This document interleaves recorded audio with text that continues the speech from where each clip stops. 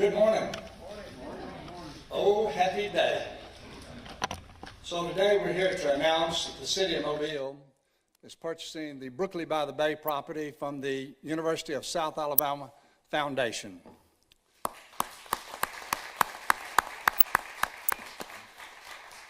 Now, this historic purchase is going to provide public access to our waterfront for generations to come. It's going to preserve sensitive wetlands, and it's going to secure invaluable property for economic development. This property has been talked about and identified as a green space since the 2001 Green Space Mobile Plan. Almost 6 years in active negotiation. We're here today because it's finally all come together. It's said that an idea without funding is just a dream.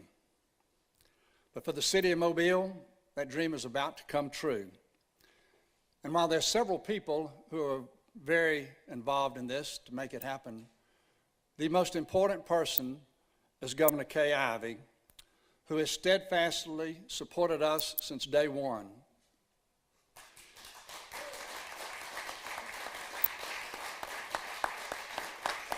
Now,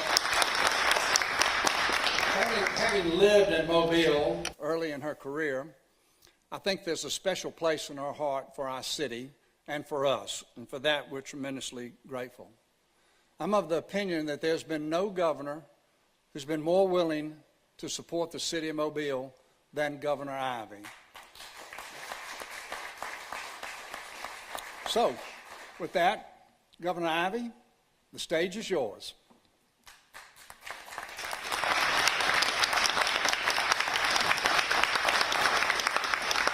Well, good morning, everyone. Good morning. What an exciting time for Mobile, Alabama. And thank you all for being here as we celebrate this historic day in a city that has had many historic achievements. I want to say a special thank you to Mayor Stimpson and the City of Mobile, as well as our partners who have worked so hard to bring this project, made it possible. The purchase of this property promises to be a transformational addition to Mobile and surrounding areas. It will also preserve our natural wetlands and ensure that future generations of Alabamians will always be able to experience the beauty and the wonder of Mobile Bay. By creating the necessary space for new economic development opportunities, the purchase of this property will not only benefit the people who call this place home today, but the entire state of Alabama, as well as central coastal areas along the Gulf Coast, who are counting on Mobile's continued growth in the future. And you know, this purchase is something that's been talked about for quite some time, and because of our collaboration with state and local officials, we are seeing this project come to fruition. None of this would have been possible without our partners, namely the University of South Alabama Foundation, so ably led by my friends Maxie Roberts and State Treasurer John McMillan.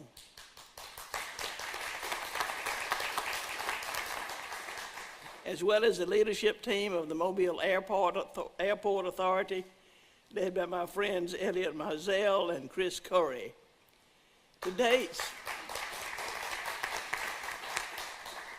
Today's long-awaited announcement just shows what can happen when people are willing to work together for the best interests of all concerned. And today's news, on top of my recent announcement to invest $50 million of public school and college authority bond money to help build a brand new medical school for the University of South Alabama, it's just further proof that great things are happening here in Alabama Sports City, and the future has never been brighter.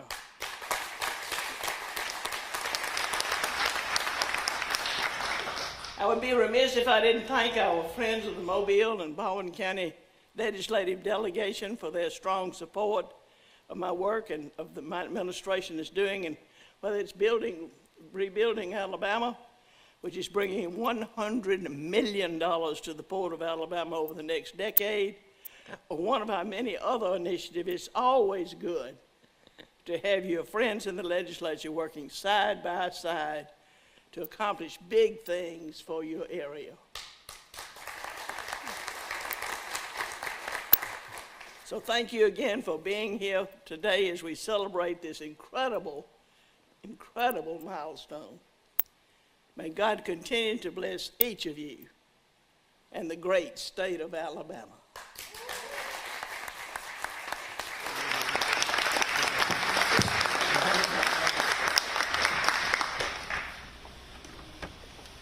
Thank you, Governor. Well, I'm excited, as y'all know, but I bet the University of South Alabama Medical School is really excited today. So thank you for that, Governor. So let's look at a map. What is it we're talking about purchasing? So there's something for everyone here. We have property for preservation, we have property for recreation, and we have property for economic development. There's approximately 300 acres involved. In the orange, let's go to the next slide. In the orange, what you see is what we're calling the public access to the waterfront property. It's roughly 100 acres. It's around the old Brookley Center site. It's going to be purchased with $16 million of Go Mesa funding. The use is for recreation, and it will be owned by the city of Mobile. Next, we have, it's in purple, is wetland preservation. This property is roughly 50 acres. It's two parcels, as you can see, and it will be purchased with $2 million of the National Fish and Wildlife Federation funds, known as NFWF. It too will be owned by the city of Mobile. So the combined of the orange and the purple are approximately 150 acres. It's 4.3 miles of shoreline with public access. It is the sole remaining tract of waterfront property in the city of Mobile. And it is the only substantial, I will say, non-hardened shoreline between 3 Mile Creek to the north 10 miles and Dog River 10 miles to the south. Now, this is absolutely an opportunity to ensure future conservation and the protection of the largest remaining contiguous bayfront property on the western shore of Mobile Bay. It will be managed by the City of Mobile Parks and Recreation Department. Next, we have the blue. And in blue, we refer to this as the Industrial Development Board property. It's approximately 100 acres. It will be purchased with $15 million from the Governor's Economic Development Fund. Its use will be for an industrial park, and it will serve as an ideal location for those aerospace supply chain supporters who today support Airbus, ST Aerospace, and Continental. It will be owned by the Industrial Development Board. So when you combine, in the yellow, let's go to the yellow. In the yellow is approximately 50 acres. The city of Mobile has an option on that 50 acres for 5 years with a purchase price of $9 million. So when you combine the blue and the yellow, we have approximately 150 acres of property that will be used to support our aerospace industry. It, combined with other things that the airport is doing, will assure that we're on the right pathway to becoming the 4th largest location of the production of commercial aircraft in the world.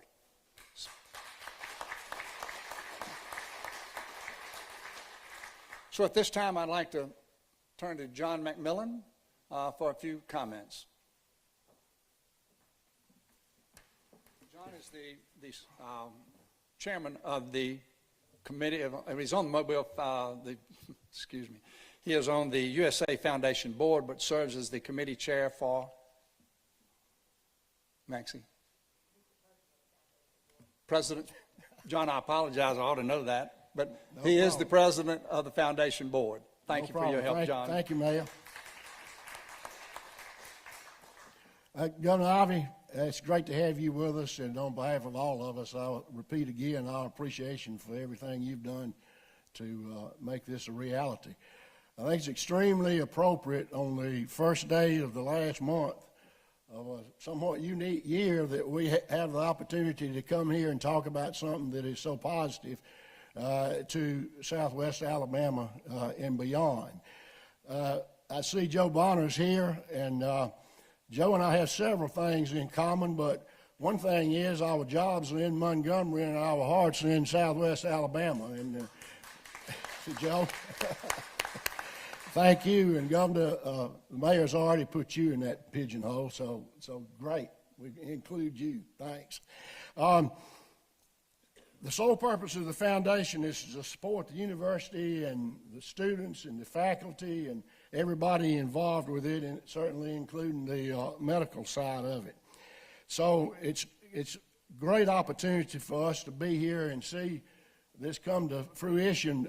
Mayor, I thought it had just been 4 years we've been having food with you on this thing, but you said 6. It seems longer than that. The foundation acquired this property 10 years ago through a transaction with the university for some much needed funds for the university. We have a number of the board members of the foundation here, generally collected back there. Would you all stand?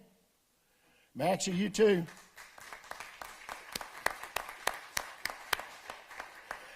Thanks. We appreciate you all making an effort to be with us today and for all you've done to make this event possible. It's extremely important. I do want to recognize one member. Lowell Barnes, would you stand up? Lowell is a long-serving member of the board. He's a retired businessman who lives in Hoover and is a pretty frequent visitor to Baldwin County. So he's got some roots here too. We include him, but when we were talking about this great need for funds, you can sit down now, Lowell. I'm not going to pick on you anymore. This great need for funds, Lowell was the one that came up with the idea that we might purchase the Brooklyn property from the university to make those funds available, and it worked out. Now, bear in mind, this is when Airbus was very iffy on what was going to happen there. So at that time, it was a pretty good gamble. So, Lowell, I wanted to recognize you, and he was a salesman in his business, so he did a good job of selling the rest of us on that being a good way to handle this situation. If I were a citizen of Mobile and anything to do with Mobile city government, I would be very pleased, and let me reassure you all, to have Mayor Stimpson representing you in negotiations is a huge benefit for this city. That's the reason it took 6 years instead of 4. Thank you, Mayor. Maxie Roberts and her staff. Maxie is the managing director of the foundation, and she and her staff do a fantastic job, and they have worked on this. The city, the county, Mobile, the council, everybody's been involved in this, but Maxie and her team and Brad Roberts and Wade Faulkner back there standing against the wall, and they are with us here today, and they have put in long hours under unique circumstances, to say the least. I do want to, before I close, I do want to, some of us have been around long enough to remember Dr. Whidden and the visionary he was, and I just want to remind you all that a lot younger that he bought Brooklyn or acquired Brooklyn in 1969. So going back that far is what made all of this wind up being possible today and moving on to the future. Governor, Mayor, salute you all and the many, many others that are here today that have played a role in making this a successful and such a great day for really Southwest Alabama, Mobile, and beyond. Thank you so much. Thank you, John. At this time, we'll hear from Elliot Mazel, the chairman of the Mobile Airport Authority. Thank you. I normally speak extemporaneously, but today is such a big day I tried to organize my thoughts, so I'm going to speak from notes. I'm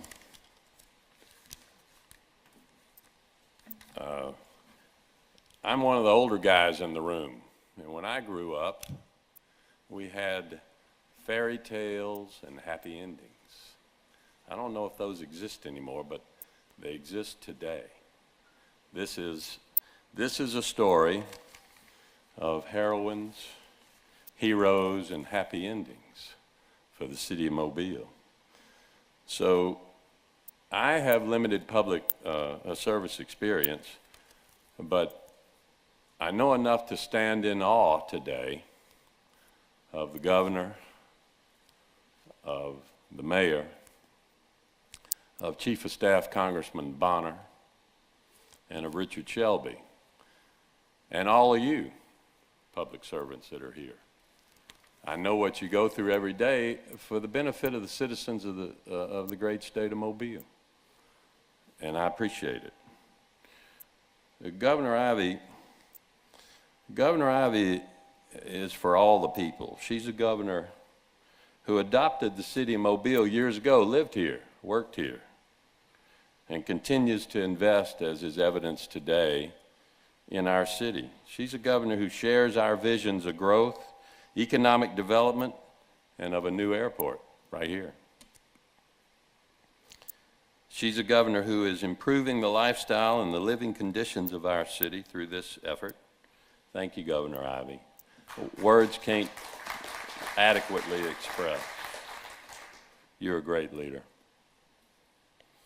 Chief of Staff and Congressman Joe Bonner, who's a Mobilian, who represented our city in Washington for decades and has contributed to the betterment of our city and the region in immeasurable ways. Joe is a visionary, a public servant, who strongly advocated for the very Go Mesa funds in 2010 in the oil spill days that are being applied today to this great transaction. So we're benefiting from Joe's vision, his hard work, his advocacy, and as a congressman on a number of things, but on this one in particular, he worked day and night. I remember the days, advocating, pushing this thing through Congress, supporting Senator Shelby on the Senate side in the authorship and the vision of just the application we're seeing today. So those were dark days for us, the oil spill. But look what happened because of Joe and the governor and the senator and the mayor. So Senator Shelby, he led the effort in the United States Senate in helping to, from the Senate, and helping to create and author with Joe and others, I'm sure, the Go Mesa deal. It's vision that is benefiting us today, and we owe a debt of gratitude to him as well. So, a governor, yes, a heroine. Maxie Roberts, yes, a heroine, who negotiated strongly on behalf of her organization, but always had an eye on figuring out a way in this heavyweight titanic battle between Sandy and Maxie of how to get this done. And congratulations to both of you.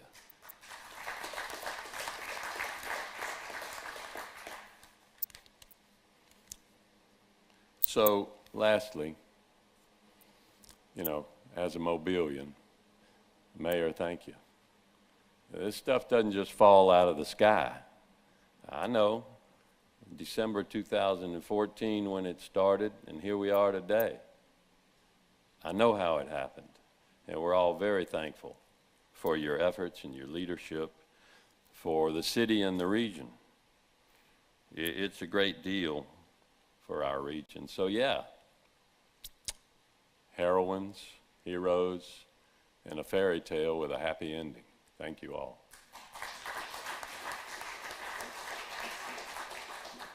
Thank you, Elliott. Thank you, John, and thank you, Governor.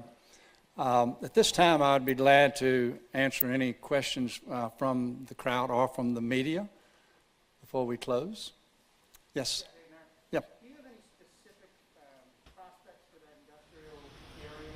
Are you talking specific companies that are locating or that are doing it? No, the question was, are we speaking to any specific industries or companies about relocating onto the property that will be owned by the Industrial Development Board? And at this time, we are not.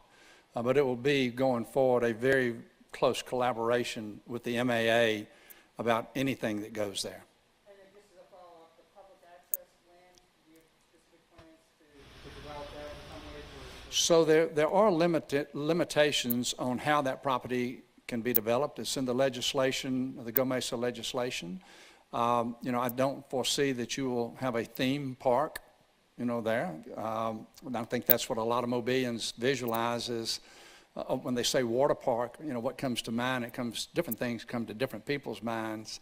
But we will have to follow the guidelines as set forth in the enabling legislation for Go Mesa. Yes. Oh, yes. No, stand up. I'd like to introduce to you Clarence Carrio.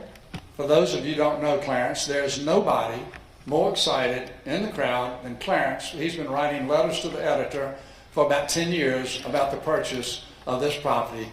Good to see you this morning, Clarence. Is there any chance that the city could get some of the sand from the ship channel dredging and put on this beach to make the beach wider? So, Clarence, you're always about a year or two ahead of us in your thinking. I don't know the answer to that. I do know that there'll be some real challenges with filling any kind of wetlands, and I'm sure that there are wetlands all along that coast, so I don't know the correct answer to that, but I'm sure someone with the Corps and the environmental groups will know that. What kind of public input will there be for anything happening on the public access? So I visualize that there'll be a task force formed going forward to start vetting different ideas.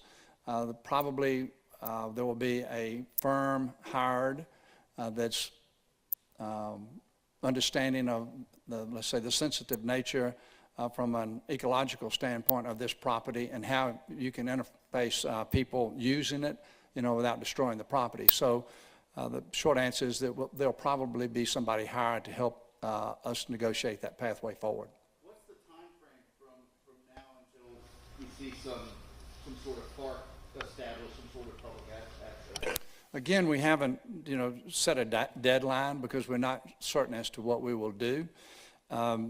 First off, we have to have all these closings. There will be some, I think there are 3 different closings, one with the Governor's Economic Development Fund, another closing with the Go Mesa, and another with NIFWIF funding.